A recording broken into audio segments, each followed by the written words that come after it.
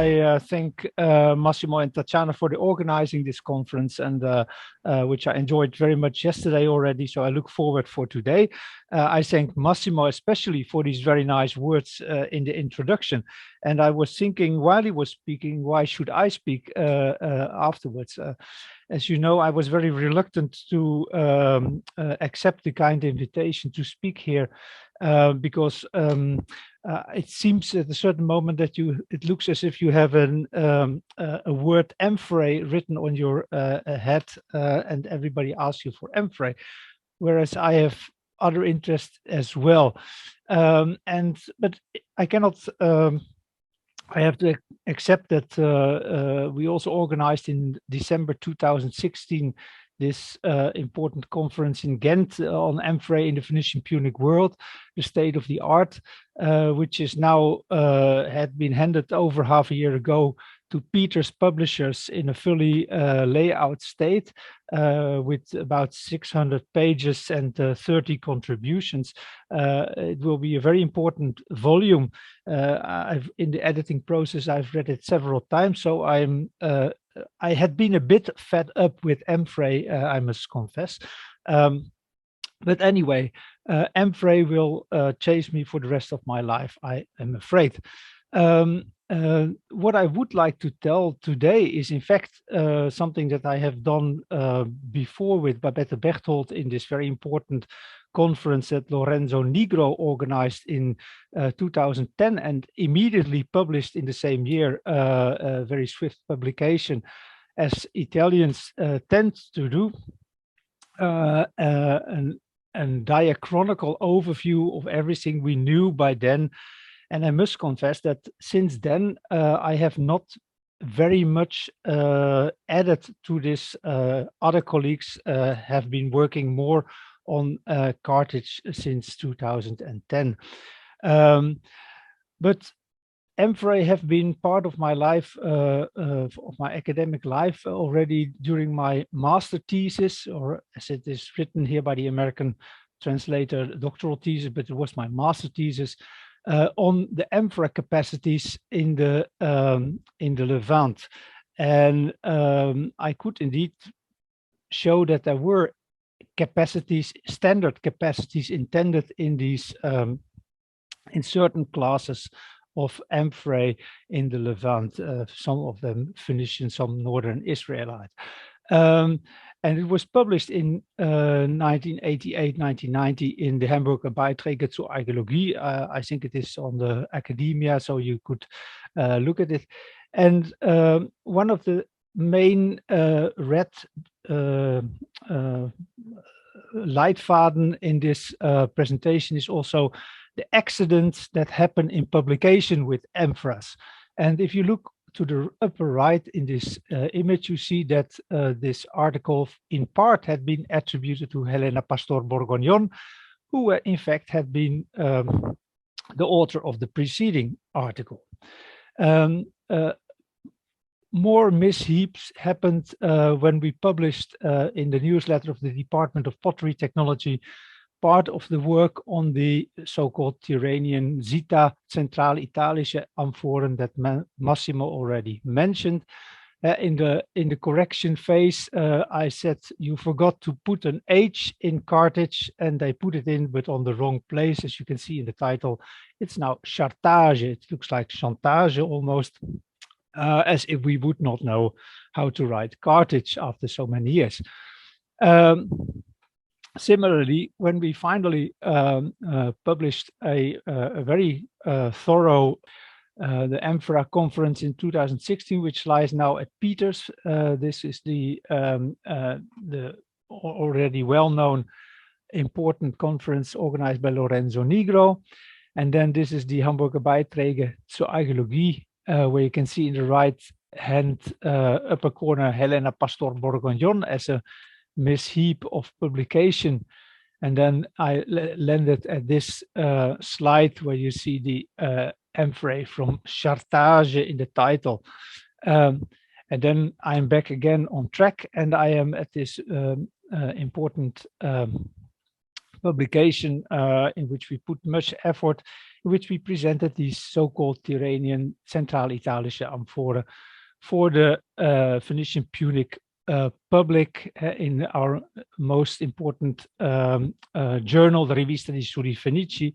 But also here, things went wrong because the color plates that they kindly put in were correct in the first bozze, but then in publication, not one of them, not a single one was in the right place.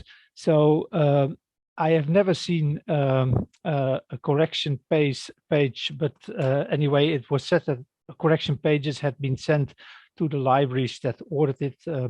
I should have a look whether ours is indeed so. So it should be in this order as it is presented in this slide. And perhaps if this colloquium will be published, it is the occasion to redo this and have the slides on the correct pages. As Massimo already kindly showed, my PhD was in 1997. It was in German, and the part of the on the amphorae from Carthage were then published in the final publication of the Hamburg excavations in 2007. And also there some misheaps, some accidents happen, because if you look at the left side page at the lower bottom, you see 2006. It's on every page in this volume, but it was in fact in 2007. In this, we also, and especially in this diachronic publication with Babette Berthold, we published and we clearly showed what the amphorae repertoire was in these earliest phases of Carthage. Conventional dating has 760, not already taking into account the more recent radiocarbon higher datings. And we especially showed that these so-called Sita or neuragic amphorae were especially in the earliest phase of the colony, the most important dominant class of transport amphorae, with all the economic implications it had. This changed after, say, 675, as Massimo already told in the introduction, in which you have a much larger local production of transport amphorae and a separate development of the typology. I have to say a little bit on the way the material was structured, because I will center now a bit on the, or I will dwell a bit on the on these Central Italian neuragic transport amphorae.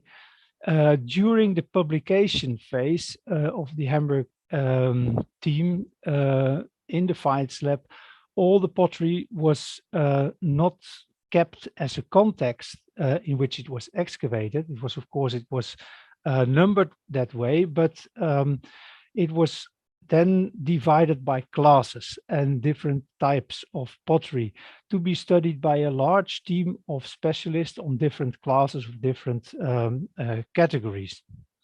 And so it happened that I was responsible for the transport amphorae, and I found in these earliest phases many rims and handles, the rims because they were wheel turned, of these Central Italian neuragic class, but no wall fragments, which was very surprising. No wall fragments of transport amphorae, because they are normally very largely presented in the pottery repertoire. And it turned out that these had ended up all with Karin Manzel, who was the specialist dealing with the handmade pottery. And so once we realized this, it was reassembled, and it turned out that we had a production of transport amphorae, in part handmade and in part wheel turned for the rims and with special handles. The first to have published amphorae without recognizing where they might have come from was Mercedes Vegas, of course, in 1989, who published some of these rims with a clear reddish surface treatment, and she published them as rood bemalte amphoren mit Wulstrand und Hals, so a little bit set amphorae rims, higher amphorae rims with a reddish surface. And while I was looking for parallels, I was also able to show some of these fragments to colleagues, especially in the 1991 conference, large Phoenician Punic conference, which was organized by the Tunisians in Tunis and Carthage in November 1991. And you see some people much younger than they are today, or in case of Niemeyer, he already left us. We see in the left corner Babette Bechtold, a very young myself, Juan Ramon, Piero Bartoloni. I was able to show these fragments to the amphorae specialist and several others there and then present, but no one had an idea where it came from. And moreover, I had been working with Maria Beatrice Annis from Leiden University, who together with Peter van Dommelen had this Riu Manu survey in Sardinia. And neither they had an idea where this material might have come from. So I looked for parallels, especially in the surface treatment, and came to the surface treatment of several classes of Villanova, but especially Etruscan pottery, these impasto rosso kind of fabrics and wares, where you have these splendid pitoi in the Villa Giulia, and to the right, the famous pitos that came from the Fleischmann collection and then went to the Getty and then finally returned to Italy as well. Where you have this polyphemus representation with clearly the an amphora or a pitos in the center, so the connection with wine is evident, and the surface treatment, of course, was very comparable. So a Central Italian connection was evident.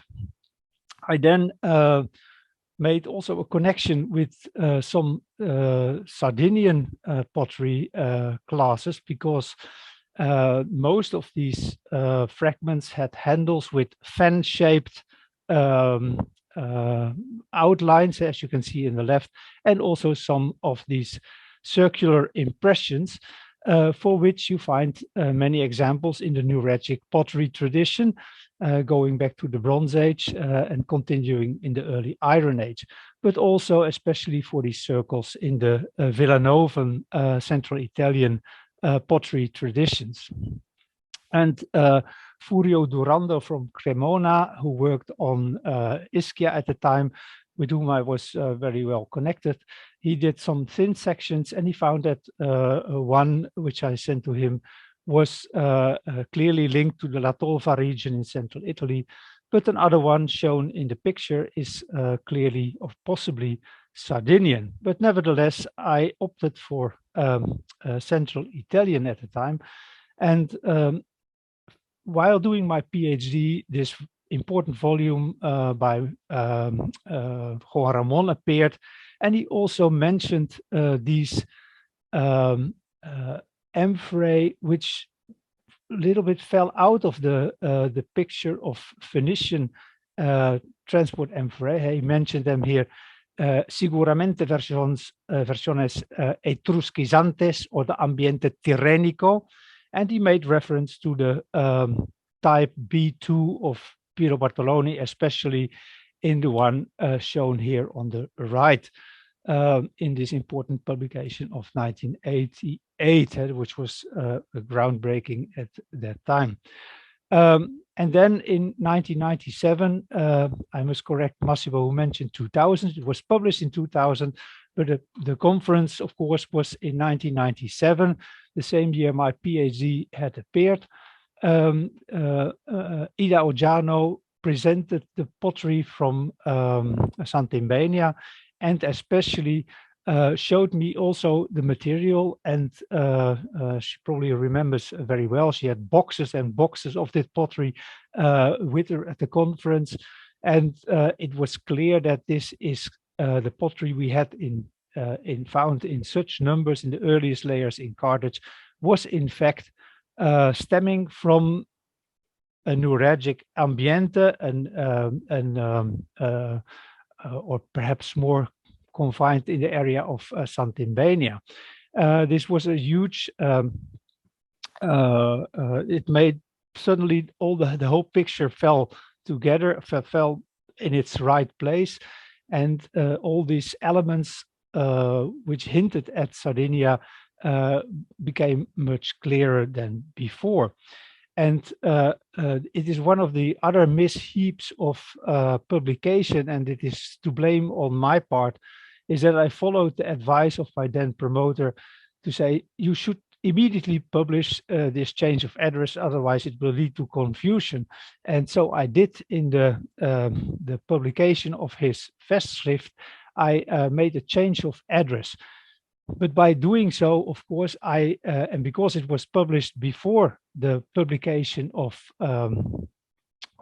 Ida, I stole, or I took away the right of the first knight for her as the one who excavated this material and who should have published it in the first place. So the discovery of it, I unrightfully published. Fortunately, it was in German, which is unfortunately less and less taken notice of by the academic community, even in archaeology. So I'm not sure whether I have apologized enough already, Ida, for this. It has not jeopardized our good relations, but otherwise this certainly is the place to excuse myself for this uncollegial behavior in my young years, 25 years ago. Back to the practical side and to the content-wise side of this all, what we saw in this in the publication in 1997 in the Rivista di Studi Fenici was the work of the Pottery Technological Laboratory, where they also did a clear they made a sequence of technological steps that could be traced, and also made a replica on this basis, clearly showing how it would have proceeded. And it starts from forming the base in the supporting mold, and then building it up in parts, the body and the shoulder from slabs, then potentially thinning the wall by scraping, and then importantly shaping of the rim on a wheel. It is a very important step in this whole thing. Smoothing of the outside surface, attachment of the handles, sometimes adding a reddish slip on the outside, drying and then firing. And this very technological approach, I think, is also helping in understanding what is happening. It may probably have been on a household level, but with an involvement of specialists from elsewhere. And with this, I conclude. I have come to the notice that it is perhaps better to speak for these first three subclasses. Neuralgic, possibly, but perhaps even better Santimbania, amphorae, or as Massimo now suggested, Sardo-Fenice, because it clearly shows the complex social processes that are at work in the production of these amphorae, which may have involved different groups, indigenous and external Phoenician ones. And so I think that these models have been taken. The model from Sardinia has been the model for the later Carthaginian amphorae, exactly the same shape, but certain details which are very untypical of a Levantine Phoenician pottery tradition, as far as I can judge, For example, these to the right side, these fan-shaped handles that you see in the earliest transport amphorae produced in Carthage, they are typically taken over from the neuragic Santimbania type amphorae, and thus suggest that the Carthaginian ovoid shape is a imitation from the Sardo-Phoenician transport amphorae. Thank you for your attention.